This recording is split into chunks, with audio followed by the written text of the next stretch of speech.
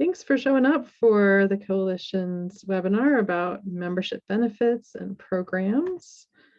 I'm going to be doing a lot of sharing my screen today. I have some slides, and I'm also going to walk you through some things on the website, but this is actually really informal, so please interrupt me at any time. I may not be able to see all of your little boxes because I'm sharing my screen, so you can just unmute yourself, or you could drop a question in the chat box. Melanie, I'm going to make you a co-host just in case anybody comes in and I miss them.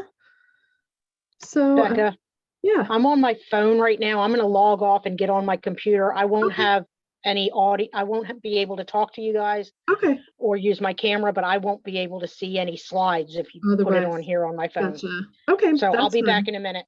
All right, sounds good. Thanks. Okay. So first of all, I want to introduce our staff to you in case you're not familiar with us. I am Becca Davis. I'm the co-founder and executive director of the Coalition, and I am based in Jonesboro, Tennessee, the very northeast corner of Tennessee. And let's see, Melanie, you want to introduce yourself, and then Adrienne? Sure, thanks, Becca. So I'm Melanie Campbell. I'm the Member Engagement and Development Coordinator here at the Coalition, but a small team, we wear many hats. I'm sure you all can identify. So I do work with a lot of our grants and trying to get some resources in the door to share back with all of you. Great. Adrienne? And I am Adrienne Osborne. I am based in Bristol, Tennessee. I am administrative assistant and bookkeeper, and I am happy to put some faces with some names. So thanks for allowing me to join in, guys. Great. We have a lot to chat about, so I'm not going to ask the rest of you to introduce yourselves verbally, but if you don't mind dropping in the chat box. Let's see, first of all, you should already have your name and your Zoom name, and if you could add your organization to that, that'd be helpful. And then in the chat box, if you could just say where you're located and one thing about your organization. It could be the number of homes you've repaired, it could be something you're really proud of, just anything you'd like us to know. And we'll come back to that at the end. So I wanted to start by just sharing a very brief history of the Coalition, so you know where we're coming from and where we're heading. We started out as a conference of like-minded organizations that wanted to share wisdom, resources, best practices within the home repair and rehab community. And then out of that was born a national trade association and a foundation that brought together organizations from all over the country to make our collective stronger. And today we're a coalition of nonprofits, local governments, churches who repair homes and partner with businesses, sponsors, and other nonprofit networks and individuals to make a big impact together.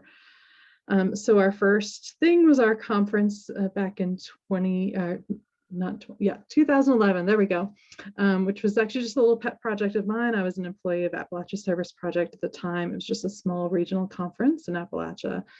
And we just had a great time together and learned so much. And after a couple of years, we were ready to spin off separately. So in 2013, we incorporated as Reframe Association. We had 9 founding member organizations. And we were really focused on education. We still do a lot of that, of course, but we've evolved over the years. And being incorporated as an association, we were a 501c6 instead of a C3, so we couldn't apply for grants, couldn't get tax-deductible donations. So in 2018, we founded a sister organization called Reframe Foundation that is a 501c3. So that opened up some new opportunities for us. And then, of course, we all know what happened in 2020 when the world shifted and the pandemic started. And we realized that our members needed more from us than just education. And we saw a really great opportunity to start diving deeper into advocacy and into fundraising and offering some pass-through funding to our members and really helping you all innovate and find new ways to repair homes. And it was really tedious to manage 2 different really small nonprofits. So we merged Reframe Association, the foundation together, and last fall we rebranded as the Coalition for Home Repair. which I think better describes who we are to outsiders, funders. When we're doing advocacy on Capitol Hill in Washington, it helps people better know who we are. But we're still embracing that Reframe name for our conference. So we'll continue on with the Reframe conference. And you all are the very first ones to know that just yesterday, our 100th coalition member joined. We'll announce that in the next day or so to everybody else, but we're so excited to hit that milestone. And that's organizational members. We also have some individual members and business partner members and some other nonprofit members. But in terms of the actual organizations that repair homes who are part of the coalition, we are at 100 now. It's just so amazing to see the growth. So looking ahead, we feel like there's a lot of great opportunities to support our members, to band together, to get new funding sources, to try new program models, to advocate in bigger ways. And so, yeah, moving on. I think one of the main reasons why we've grown so much in the last 2 years in terms of our membership numbers is that we now have funding opportunities. And it's really exciting to see this whole list come together, because about 18 months or so ago, we didn't have any of these things. And now we have a lot of different funding opportunities. Last year, our members received on average 5 times their membership dues back, just like financially speaking. Of course, there's all those other intangible benefits that you can't really quantify in terms of numbers. But financially speaking, it was a great investment, I think everybody would say, for their membership dues, and we hope to continue that. About 2 years ago, our budget was about maybe 90%. The revenue was 90% for membership dues and event registrations, and now that number is down to 18%. So all the rest of our funding comes from grants, from corporate partners, from individual donors. And so we feel like we're really able to invest in our members and help you guys a lot. So I'm just going to briefly go through the funding opportunities that we have this year. The first 3 of them are currently available. Hopefully you all are aware of our impact fund. That is the Lowe's gift card that we give to members after you complete the impact report. It's really important for us to get that information from you all, how many homes you've repaired, how many volunteers you had, because we use that information to apply for grants that gives us the funding that we pass through to you all. And it's not too late to submit that if you haven't yet this year. We are down to the bottom of that barrel of Lowe's gift cards though, so if you haven't done it, I would recommend you do it in like the next week if you want to make sure you get that funding. Also, we have a brand new falls prevention project. This is a cohort, but it also comes with a funding opportunity. We have signups available through the end of this week, so it's not too late. And briefly, I'll just share what that entails.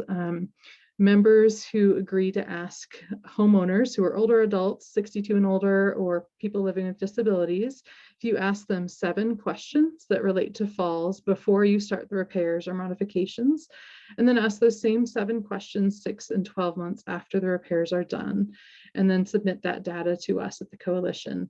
We're able to give a $1,000 Lowe's gift card at the point of commitment to this project. And we have some volunteer researchers who are going to crunch all the data for us and do the report writing, which will result in some really great information for you all for applying for grants down the road. So the projects do need to be finished by the end of this year, but there is a smaller, simpler opportunity. If that seems daunting for you, you could choose to simply install grab bars only in 15 homes and not do the rest of the repairs. As kind of our control group to look at the difference in falls between just having a grab bar installed and a variety of interventions. So that information is on our website. Also, we are currently collecting interest from members about a HUD Veterans Grant, which we are applying for. If we get this, it would be $1 million grant over 3 years that would fund about 80 veterans' homes to be repaired. And so nonprofits would get about a $10,000 reimbursement per home repaired. So we recently did a webinar on that, hope to get a few more nonprofits signed up, and the deadline for that signing up is August 3rd. So those are the 3 things that are currently available and active. let's see, I think Tammy just mentioned she finished her CAPS training. That's another opportunity that we had earlier this year. We don't have any current openings for new folks to join, but it's a great program where we have our own training related to aging in place, and then our 42 members are getting CAPS certified, which is about $1,000 training that we're able to fund. We also have a workforce development cohort for about 8 nonprofits in Appalachia. That's just wrapping up now. Actually met earlier this afternoon, and that is funded through a grant from the Appalachian Regional Commission, and we're able to fund their time to participate in some mileage and meals and things. We also have a disaster recovery fund, and later this fall we'll have an application process for the funds we have available, which is all currently related to the tornadoes in Kentucky in last December. But in the future, we hope to have more funding for other disasters in general. And then finally, this fall, we'll have our Best Practices Awards, and that's always a really fun time at the conference when we share good ideas from members, and we also have a financial award that goes along with that. Does anybody have any questions about these funding opportunities before I move on? Okay, I am going to switch and share a little bit on our website now for the next thing. Let me pull that up. Almost there. So if you were interested in any of those funding opportunities that I mentioned, the best place to find the information is on our website. Hopefully you're already pretty familiar, but in case you aren't, I'm going to give you a quick tour. It's just coalitionforhomerepair.org. And probably most of you just click through to one of these links at the top, but there's actually a lot of great information if you take a moment to scroll down. We always have our 3 next events listed here, so it's real quick and easy to find them, and then links to our most recent opportunities or news articles. So the HUD Veterans opportunity and the funding for falls prevention you could find right there. Also, all of that information and the details can be found under Learn More and then News. And so that's a great place to find out all the details and see if those are things you're interested in. And then also our events tab. It's a good way to see everything that's coming up in the next month or two. It's easy to register for that. And everything that's listed here except for the conference is free to members. And so I would encourage you all to consider at least one event in the next month that you think would be helpful for you and your organization. Once you are a member, let me see if we have any potential members on here. I think everybody here is already a member. So hopefully you already have your login for our website. If you don't, let us know and we will get that to you right away. But to access the members only content, you go to Learn More and then the Member Compass. And on this, you'll find all sorts of great information that you can't find elsewhere. So we have a resource library, which is where we put all of our documents from our past conferences, from webinars that we have, and it's divided by section. Ooh, there's a little issue with formatting there. We'll fix that. But you can expand any of these sections and see templates from other organizations. Lots of great resources in here, and we would love to add more resources. So if you have anything that you think is unique to your organization that you would like to share, you could email it to Adrian. It's just adrian@coalitionforhomerepair.org. Or if you're looking for something and you can't find it on here, let us know and we're happy to pull members and try to find a resource and then add it to the library. Let's see, we also have a video library, and that's where you could find recordings of webinars. We usually post conference sessions about a year or almost a year after the conference. We do share those links with registered attendees right away, but everybody else gets access a little bit later to that. And so this is where you can look for those recordings if you're missing anything. Next, I will go through our benefits. There's a lot of really great benefits and discounts that are available to our members. The newest one is liability insurance. We have a new partnership with an insurance broker who works specifically with small organizations and with nonprofits, and so they can get you a quote to see if maybe you could save some money on insurance. Another new one for us is Good 360. They provide in-kind donations to nonprofits. I had never heard of them before, but they're actually really amazing what they do. Sometimes there is a small administrative fee or shipping fee, but specifically with Lowe's, anytime Lowe's donates products to them, Lowe's will cover the shipping and admin costs. So it would be entirely free. They'll give away appliances if, say, they change the model of, ovens or something like that, and they still have brand new ones in the stores that they're not going to sell, then they go ahead and give them to Good 360, which distributes them. You do have to join Good 360, become a member, but that's free as well. We've had a number of members join the coalition simply for access to Procore, because it's a really popular tool that's super expensive if you have to pay for it. A lot of contractors pay close to $700 a month to access this project management software, but our members are able to get it for free. And if you want to see what it looks like, we have a recording in our video library of a demo of some of our members showing how they use it for home repair projects. And then one of our other most popular ones is Trinity HPSI, which is a group purchasing network. They also have a membership, but it is free for coalition members, and you get discounts to all different kinds of companies. The most popular one relates to Lowe's.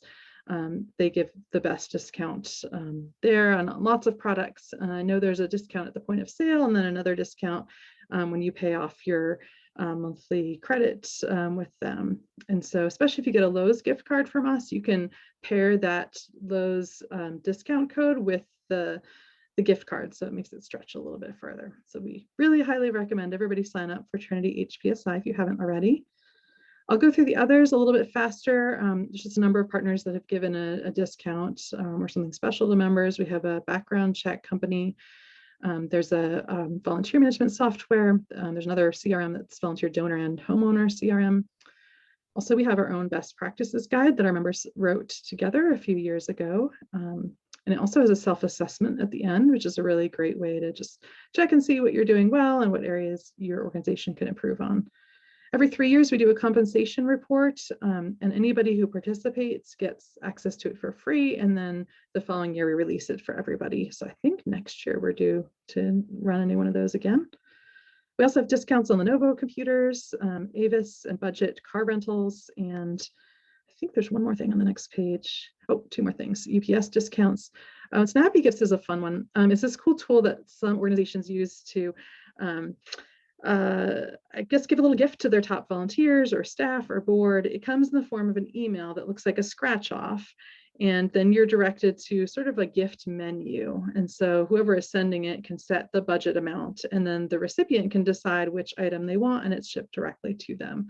And you can actually get a free Snappy gift yourself just by following the little link in there. So if you want to see how it works, they'll send you something cool and you can pick out what it is. So that's a fun thing to try. I'm going to go back to the menu here in the Compass. I won't go into the consulting network, but just wanted to mention that it's something that we have available. We have about a dozen people who volunteered to do a free initial consultation for our members. Some of them are peers within our network. Some of them are professional consultants, and you can connect with them directly through that link. And then there's links here also to our best practices guide and compensation survey. On the front end of our website, available for everybody, is a directory of our member organizations. But once you're logged in, you can access a directory of people, and this will give you a way to connect with other members directly. So if you're on a webinar and you hear somebody talking about something interesting, but you forgot to get their info, you could look them up and connect with them directly that way. And then our members also get to post jobs on our website for free. I do want to mention that starting this summer, we are now requiring that a salary range be listed for equity reasons. But as long as you include that, it's free, and we'll get that up on there for you and help advertise your job openings. And then we have two private Facebook groups that are just for members. One is for any coalition member, and then one is for just executive directors and other senior staff. So you can go ahead and click on those and ask to join, and we'll approve you. It's a great way to just ask a quick question and get feedback from other members quickly. And then our cohorts and affinity groups have special pages just to keep track of their documents and meetings and all. You would only have access to those if you are in the groups, but they're a great way to stay organized, so you don't have to keep digging back through your old emails to find recordings of things. And then there's a couple of links there to stuff on the public side of our website. I will pause here and ask, does anybody have any questions about how to navigate our website or one of the resources or benefits that I mentioned? No. Well, I don't want to do all the talking. So before I do the next part, I'm going to ask for a little member testimonial here. Is there anybody who's willing to share something that they have attended or appreciated about the coalition's offerings in the last, say, year or so? Is there anything that you've participated in that you've gotten benefit out of you'd like to share about?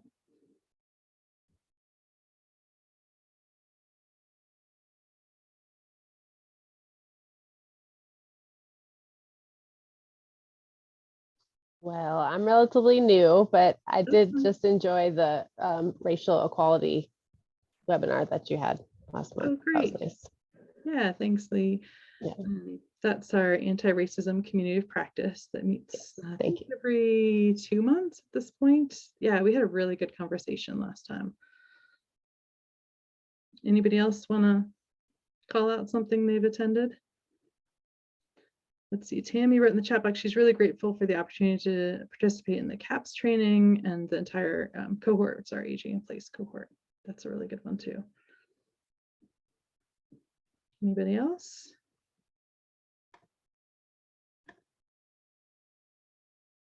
All right, let's see. I am going to go back to my slides here. Almost there. There we go. So I'm going to walk you through some of our programs that we have. I think that probably the best way to be really connected to other members and to make sure you're getting the most out of your membership is to make sure that you're participating in at least one of our groups. We have so many different ones to offer right now. Surely there's something that would relate to you and your organization. And we kind of break them down into 2 categories. We have affinity groups and then we have cohorts. And our affinity groups are very informal. You can come and go as you please. There's no commitment, there's no cost. Just show up whenever you're available. It's an ongoing group that meets on a regular basis. And we have 5 of those going right now. Our anti-racism community of practice meets every other month, and it's usually a small group, but we have pretty important and intense conversations to support each other and our goals related to diversity, equity, and inclusion. You can sign up for any of these groups just through our calendar events on our website. You can sign up whenever you'd like. Our next meeting for the anti-racism group, I think we're going to be looking at policies and procedures related to DEI. Our faith-based affinity group is led by one of our members, Bob Baggs with Good Works in Pennsylvania, and they meet every month except not July and August. And that group is supportive of each other and talking about how to incorporate faith into the home repair programs. So they do a little devotion together and share prayer requests. It's a fairly evangelical group, I will say. So just keep that in mind. Everyone's welcome, but that's kind of the flavor of Christianity that it tends to lean.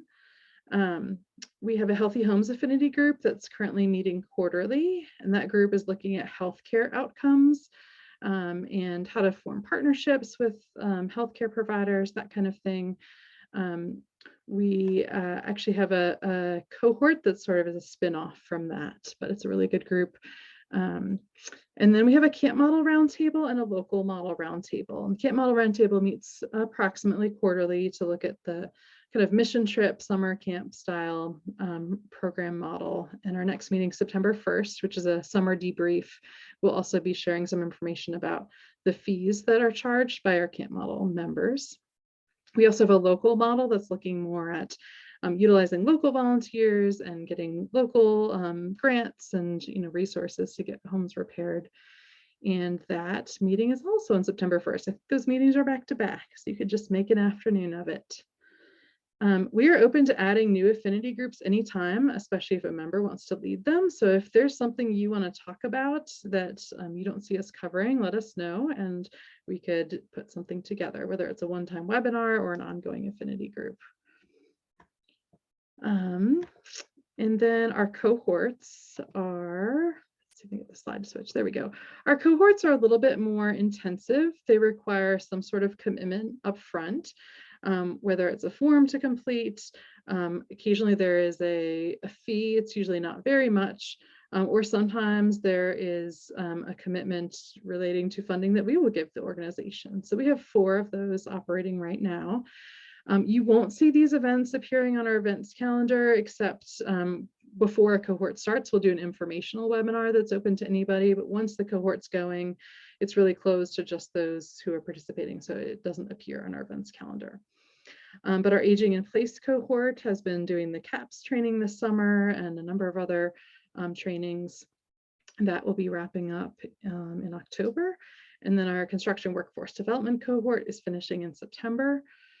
So those 2 are closed right now. The Falls Prevention cohort is that data demonstration project I already mentioned. That one is open right now. You could sign up before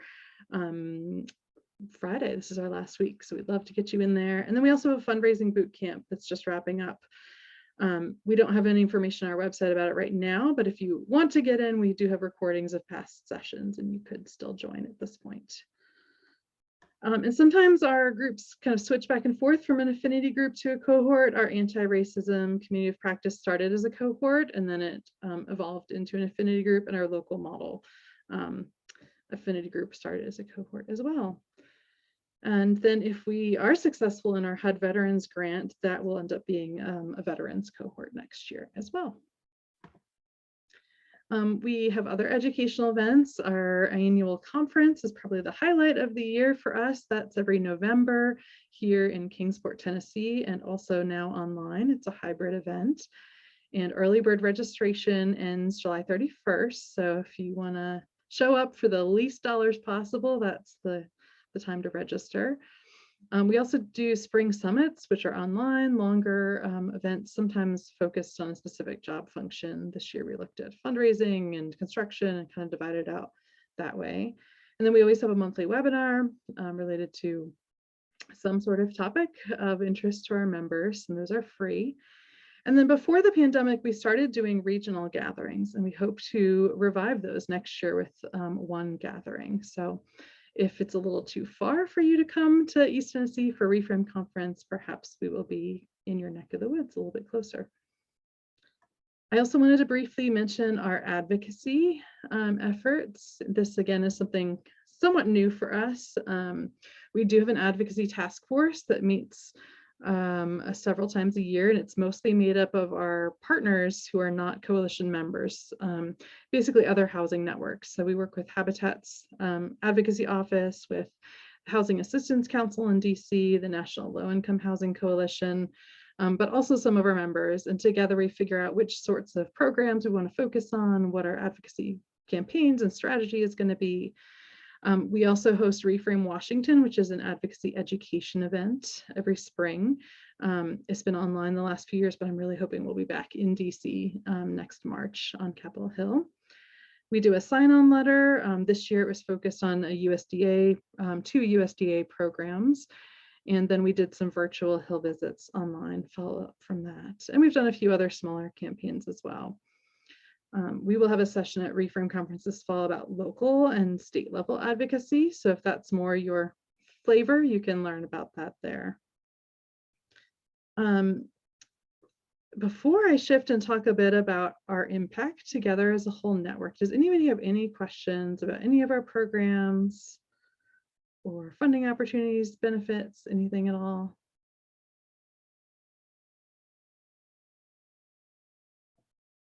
No? Okay. Well, I think it's important for us to know what we are able to accomplish together, and it's just really impressive. And I think, to me, it helps me stay motivated in my work when I see how much of an impact we're able to make together. And so I like to revisit this from time to time. And this is all information that came from the impact report from our members. So as of last year, we had 89 members. And in just 1 year, those members repaired nearly 7,000 homes for about 16,000 residents in 38 states, which I think is just amazing what a difference that makes for so many people. And the 16,000 residents included more than 6,000 older adults, more than 3,000 people living with disabilities, more than 2,000 children, and more than 800 veterans. And some of the most impressive numbers are about volunteers and volunteer hours. We, in addition to counting homes repaired, we count projects, which is a little bit tricky because every organization counts that differently. But last year, more than 27,000 different repair projects were completed with nearly 33,000 volunteers. And it's like more than 700,000 hours of homes being repaired, which when you count up the value of that, it's more than $22 million, which is just so cool. And then if you take a step back even bigger, we have numbers back to 2016 of homes repaired by members. And so we have more than 50,000 homes that have been repaired by our members in the last 6 years. That's more than 120,000 residents who've been served. And so we know that there is more work to be done, of course. And so we're always trying to find new ways to get more homes repaired, to make the repairs last longer, to get more volunteers, more dollars. And that's really what we're all about. So if you have any ideas of how we can better do that together, please let us know. We're always seeking new ideas. Do you guys have any questions about anything?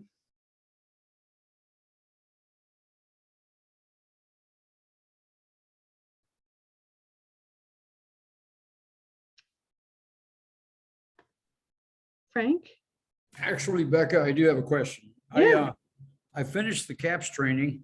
Okay. And then they needed, they needed my certificate of insurance, which I provided. Okay. And then they needed my something else, and I provided.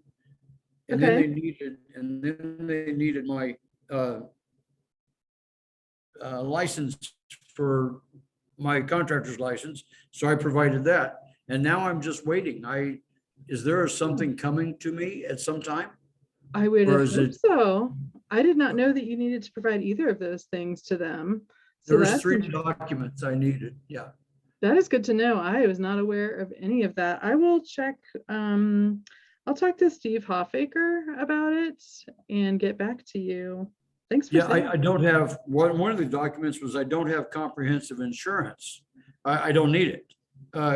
It's just me. And so they wanted proof of that. And I said, I have to send you proof of something that I don't have. They said, yes. So I did. I sent them proof of a statement that I do not need comprehensive insurance. So, and that's the last one. And I'm just waiting. Yeah. Interesting. I did not know that any of those 3 things were required. I don't think you should need those things from the research I did, but if you happen to have like screenshots of the web pages or anything you were on, that would be really helpful for us. Forward an email where they were asking for that or something. Right. I can send you the email. Yeah. When I get out of here. I don't know how to do it from here, but I did not know about any of that. That is a young lady named Crystal. Very, very sweet lady. Yeah, the contractor stuff is a bit of a red flag to me because I know a lot of like occupational therapists can get their CAPS training. And so I'm wondering if they have some wrong information about how you're coming to them maybe, or I think we might need to educate them a little bit. So yeah, if you can forward us, we can investigate on that because that seems a little fishy. I came across as a nonprofit that uses volunteers to repair homes. Right. And they wanted boom, boom, boom, this stuff. And so I sent it to them. Yeah. We'll figure it out. Yeah, just forward that to us. Thanks for mentioning that. And thank you for the opportunity to let me know. Oh, yeah. Anybody else have a question about anything? I had another affiliate sign up out of Fremont, Nebraska. Yes, you did. Thank you. He's looking forward to going to the conference in East Tennessee. Yeah, that is great. I was so excited to talk to him and hear that you were the one who referred him. So thank you for that. We're going to meet up and drive over. So. Oh, perfect. Should be fun. Great. Yeah. Well, is there anything else anybody would like to share or ask?